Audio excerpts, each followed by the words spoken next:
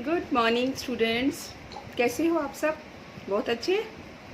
ये स्टूडेंट्स, तो आज हम लेसन स्टार्ट करते हैं। उससे पहले थोड़ा सा याद कर लीजिए, हमने शुरू किया था परसों अंडरस्टैंडिंग इकोनॉमी ऑफ यूटी जे&के। तो उसमें जैसे कि हमने शुरू किया, मैंने आपको बताया इकोनॉमिक्स क्या होती है, इकोनॉमी क्या होती है, फिर उसमें सबसे इम्पॉर्टेंट रोल होता है जीडीपी का। तो जीडीपी क्या होती है? Gross domestic product. तो जीडीपी को कैलकुलेट करने के लिए 3 सेक्टर्स हैं, जिन सेक्टर्स की स्टडी करना किसी भी पर्टिकुलर एरिया के लिए ज़रूरी है।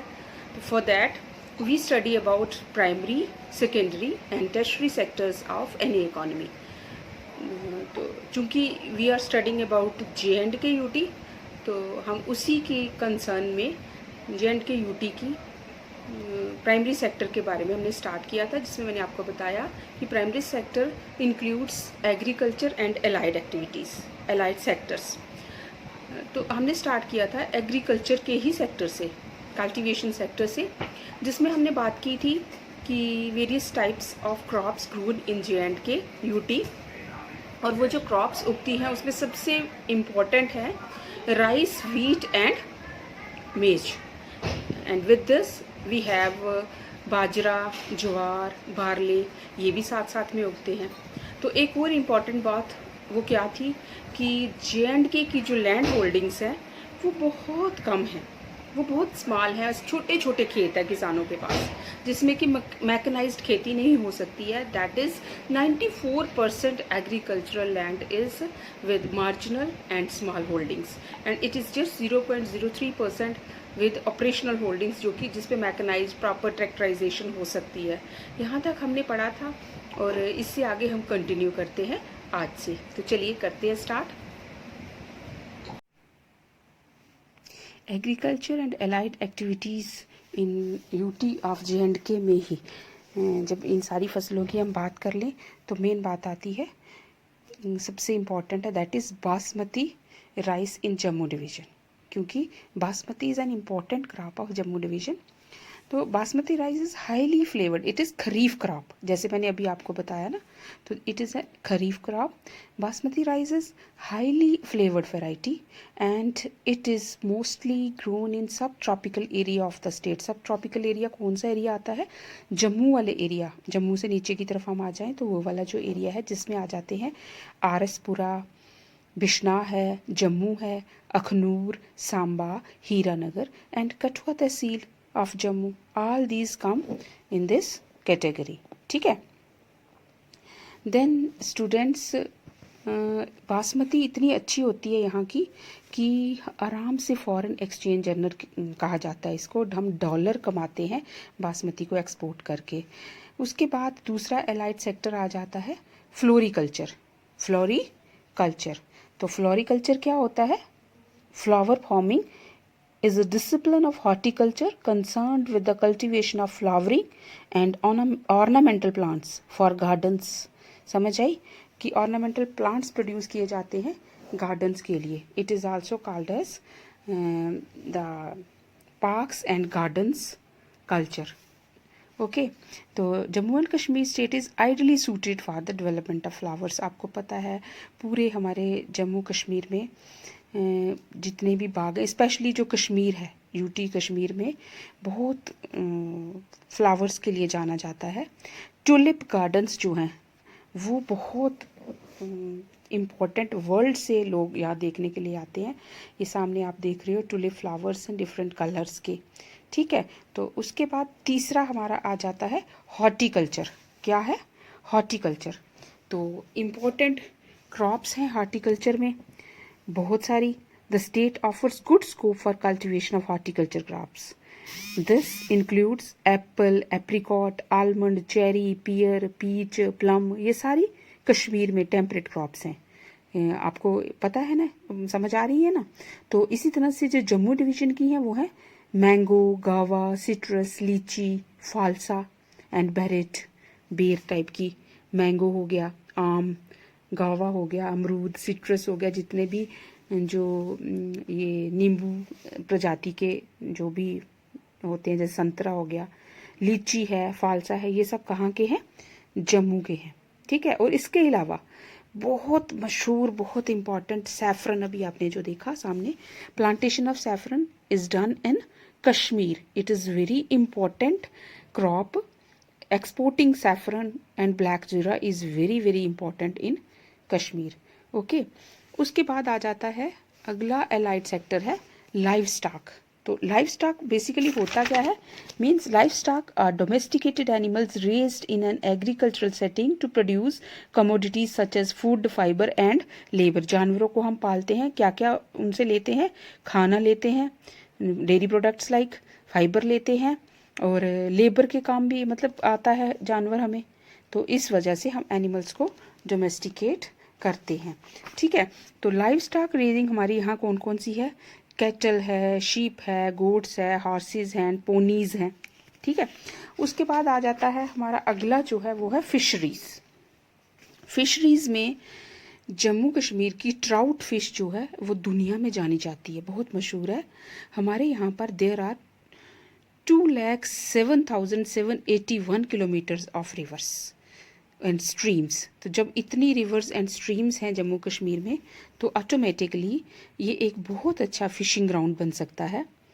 तो fish farming has a potential of 40 million tons of fish. Fish is a valuable element of diet of the local people throughout the year. Especially in Kashmir, people prefer eating fish. There is also a demand for fish from defense personnel and tourists. जो tourists आते हैं वो भी fish की demand करते हैं. Even जो defence है जहाँ पर आर्मी वगैरह, उनको भी फ़िश बहुत डिमांड होती है. और हम लद्दाख को एक्सक्लूड करने के बाद हम कह सकते हैं कि Kashmiri trout fish is famous for it's quality.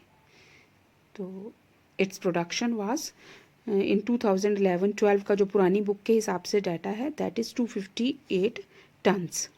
फिर आ जाता है हमारा अगला इम्पोर्टेंट फॉरेस्ट का एलाइड सेक्टर, वो है अपना एग्रीकल्चर का सेक्टर, वो है forest. State is rich in forest resources which include timber, herbs, gums, raisins and a variety of other raw materials. According to Jammu and Kashmir Forest Department, total forest cover of the state is 20,000 to 30 square kilometres. आप इसको ऐसे भी कह सकते हो 20.23 lakh hectares. इतनी यहाँ पर फॉरेस्ट्स हैं. और ये जो फॉरेस्ट हैं इसमें जम्मू कश्मीर में इम्पॉर्टेंट चिनार का पेड़ आपने याद रखना है, वो बहुत इम्पॉर्टेंट है. जो हाई एरियाज़ है वहाँ पर पाइन, साल, ओक ऐसे वाले भी मिलते हैं. इसके अलावा जो कश्मीर है उसमें फॉरेस्ट कवर 48% है. और जम्मू कश्मीर की एक फॉरेस्ट पॉलिसी है. That policy, the basic objectives of these are, Number 1 is conservation of biodiversity and natural habitat, preservation of forest with the vast variety of flora and fauna. जैसे आपने उसमें भी सीखा, पढ़ा, जोग्राफी में भी, तो वही कंजर्वेशन फॉरेस्ट की यहाँ भी लागू होती है. फॉरेस्ट पॉलिसी में भी वही ऐड किया जाता है, conservation of forest biodiversity. Okay, दूसरा है extending tree cover area which provides large supply of forest produce. That means afforestation, मतलब ज़्यादा से ज़्यादा एरिया. एफॉरेस्टेशन क्या होता है? ज़्यादा से ज़्यादा एरिया को फॉरेस्ट के अंडर लाना, उसको बोलते हैं एफॉरेस्टेशन. रीफॉरेस्टेशन जहाँ पे कटिंग की है वहाँ से दोबारा से रीफॉरेस्ट करना, दोबारा से प्लांट्स लगाना. और तीसरा काम फॉरेस्ट पॉलिसी के अंडर है पॉवर्टी एलिविएशन. पॉवर्टी मीन्स गरीबी, एलिविएशन मीन गरीबी को ख़त्म करना. By meeting livelihood needs of forest dependent communities. जो फॉरेस्ट पर डिपेंडेंट कम्युनिटीज़ हैं उनकी लाइवलीहुड की जो डिमांड्स हैं उनको ख़त्म करना. तो ये चीज़ें जो हैं ये फॉरेस्ट में आती हैं, इकोनॉमी में. देन हमारी अगली जो एलाइड एक्टिविटी है वह है सेरीकल्चर. तो सेरीकल्चर क्या होता है? Sericulture is an agro based industry. ये भी एग्रो बेस्ड इंडस्ट्री के काम आती है ये. It involves rearing of silk worms for the production of raw silk. कच्ची सिल्क जो तैयार की जाती है ना, धागा जो तैयार किया जाता है सिल्क का, वो सिल्क वॉर्म्स से तैयार किया जाता है. आपने देखा है सिल्क का कीड़ा? रेशम का कीड़ा जिसे हम कहते हैं, वो ऐसे एक डब्बी में बंद होता है, ज़्यादातर शहतूत के पेड़ पर होता है ना। Which is the yarn obtained out of cocoon spun by certain species of insects. जो उसके अंदर जो कीड़ा होता है वो ही उस रेशम को, उस मतलब वो जो धागा है उसको स्पन करता है, उसको तैयार करता है। तो फिर उस कोकून को तोड़ के उसमें से वो धागा निकाला जाता है। तो ये एक इम्पॉर्टेंट इंडस्ट्री है, rearing of silk worm and deals with silk products. उसके बाद आ जाता है हमारे, ये तो सारा था एग्रीकल्चर सेक्टर। अब दूसरा सेक्टर हमारा, ये भी प्राइमरी सेक्टर में आता है, प्राइमरी डिवीजन में, वो है mineral resources of Jammu and Kashmir, जिसमें फिर से वो 3 वेराइटीज़ जैसे आपने ज्योग्राफी में पढ़ी, एक फ्यूल्स हैं, नॉन मेटेलिक मिनरल्स हैं, और तीसरे कौन से हैं, मेटेलिक मिनरल्स। तो जम्मू कश्मीर यूटी में फ्यूल्स में कौन क्या क्या है, coal, lignite, natural gas and petroleum. Non metallic में आ जाते हैं gypsum, limestone, sulphur, air and magnesite.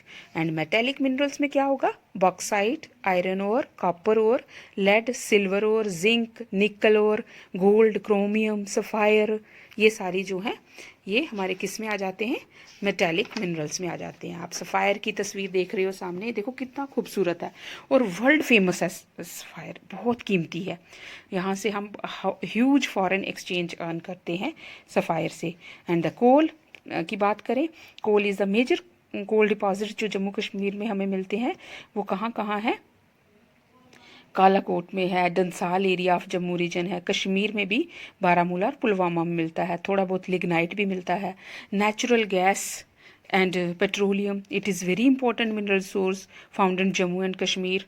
Natural gas of various types such as dry gas has been located near silk factory in Kashmir Valley. Kashmir valley की silk factory के पास भी मिली है। इसके अलावा जम्मू डिवीज़न में सुरुईसर एरिया में ONGC ने अटैम्प्ट किया है एक्सप्लॉयट करने का, किसको, ऑयल को, ठीक है। एंड फिर उसके बाद आ जाता है gypsum. Gypsum is of considerable economic importance. It is known to occur in a sizable quantity and in a fairly good grade in various parts of Jammu and Kashmir. बहुत अच्छा जिप्सम मिलता है। The industry use gypsum in the manufacturing of synthetic fertilizers, plasters, distempers and in the cement factory. याद रखना gypsum किस किस काम आता है, फर्टिलाइज़र्स बनाते हैं, प्लास्टर्स बनाते हैं, डिस्टेम्पर बनाए जाते हैं, और सीमेंट फैक्ट्री में सबसे ज़्यादा इम्पॉर्टेंट रोल प्ले करता है gypsum. And it is found in various parts of, ये भी यूटी में ही आ जाता है, Doda district, banks of Chenab river, Kashmir division. ये फोटोग्राफ है जिप्सम की, आप देख सकते हो। It is found mainly in, Kashmir की बात करें तो in Baramulla district along the Jhelum river, दोनों रिवर्स के किनारे किनारे मिलता है जिप्सम हमें। जिप्सम इज आल्सो, वो हम बात नहीं करेंगे लद्दाख की क्योंकि it is not in the UT, okay.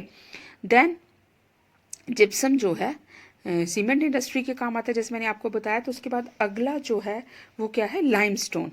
तो लाइमस्टोन जो है is used in production of cement, iron and steel, ferro alloys, chemicals, fertilisers, lime extra. Limestone को साथ में जोड़ के इस्तेमाल में लाया जाता है। सल्फर भी मिलता है। सल्फर जो है it is yellow in colour and has a typical smell by which it can be easily identified. इसकी स्मेल से ही हम इसको आइडेंटिफाई कर सकते हैं कि ये सल्फर है।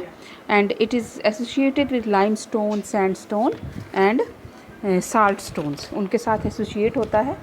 उसके बाद बात करते हैं बच्चे, सल्फ़र तो मिलता है पूगा वैली में मिलता है। उसके बाद एक्सट्रैक्शन जो है सल्फ़र की वो हमें डोडा में भी मिलती है, पाडर में मिलती है जम्मू कश्मीर की बात करें तो। उसके बाद हम बात करें जो हमारे मेटलिक मिनरल्स हैं जिनमें मेटल होता है, तो जम्मू कश्मीर जो है मेटल्स के मामले में बहुत कंजूस कहिए या गरीब है, मतलब कम है। यहाँ पर उतनी मेटल्स हमें यहाँ नहीं मिलते हैं। ऐसे नॉमिनल बॉक्साइट है, आयरन ओर है, कॉपर ओर है, गोल्ड है, लेकिन गोल्ड तो बिल्कुल भी नहीं है वो, क्योंकि लद्दाख में चला गया थोड़ा बहुत जो था अभी। तो जो नॉमिनल हमें मिलते हैं वो बॉक्साइट रियासी और जंगल कली जम्मू रीजन में, आयरन जो है वह उड़ी ख्यू कश्मीर में थोड़ा बहुत मिलता है, और जो कॉपर ओर है वो हमें बारामूला में मिलता है। तो इसके बाद बच्चों ये तो था हमारे मिनरल रिसोर्सेज सारे, हमारी एग्रीकल्चर सेक्टर, उसके बाद मिनरल सेक्टर, प्राइमरी सेक्टर्स में दोनों चीज़ें आती हैं। इनको आपने अच्छे से समझा, अंडरस्टैंड किया।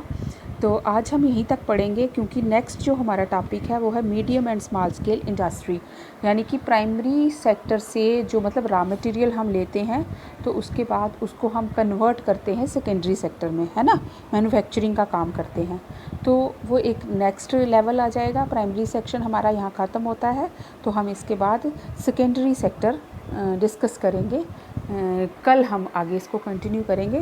तो अभी तक आपने जितना भी पढ़ा, what you can say the understanding of the economy of UT of Jammu and Kashmir, तो उसमें आपने उसकी जोग्राफिकल लोकेशन पढ़ी, उसके बाद आपने जम्मू कश्मीर की इकोनॉमिक एक्टिविटीज़ जीडीपी यानी कि यूटी की जीडीपी के बारे में समझा।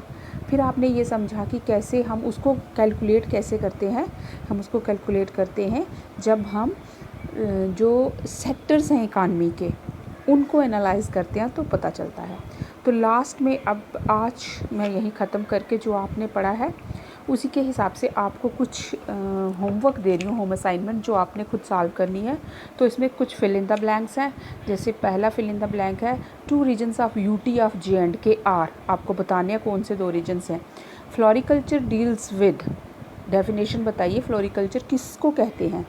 Kashmiri dash fish is famous for its taste and quality, fish के नाम क्या बताया था मैंने। Kalakot is famous for mines, कौन सी माइंस के लिए फेमस है। Hazratbal shrine is situated at dash से कहाँ पर है। Tourism raises dash the UT की क्या चीज़ टूरिज़म से बढ़ जाती है, क्या बढ़ाता है टूरिज़म, क्या फ़ायदा देता है। ये भी हमने पढ़ा नहीं है लेकिन आइडिया लगाइए। और फिर उसके बाद मैंने 5 क्वेश्चंस आपको ट्रू फॉल्स दिए हैं। पहला है construction and manufacturing are 2 major economic activities in our UT, शुरू में ही पढ़ा आपने। सेकंड है our UT is leading producer of fruits, क्या ये ट्रू है और फॉल्स है, ये आपने बताना है। थर्ड है the state is short of dairy products, is it true और false. In J&K UT about 94% of land holdings fall under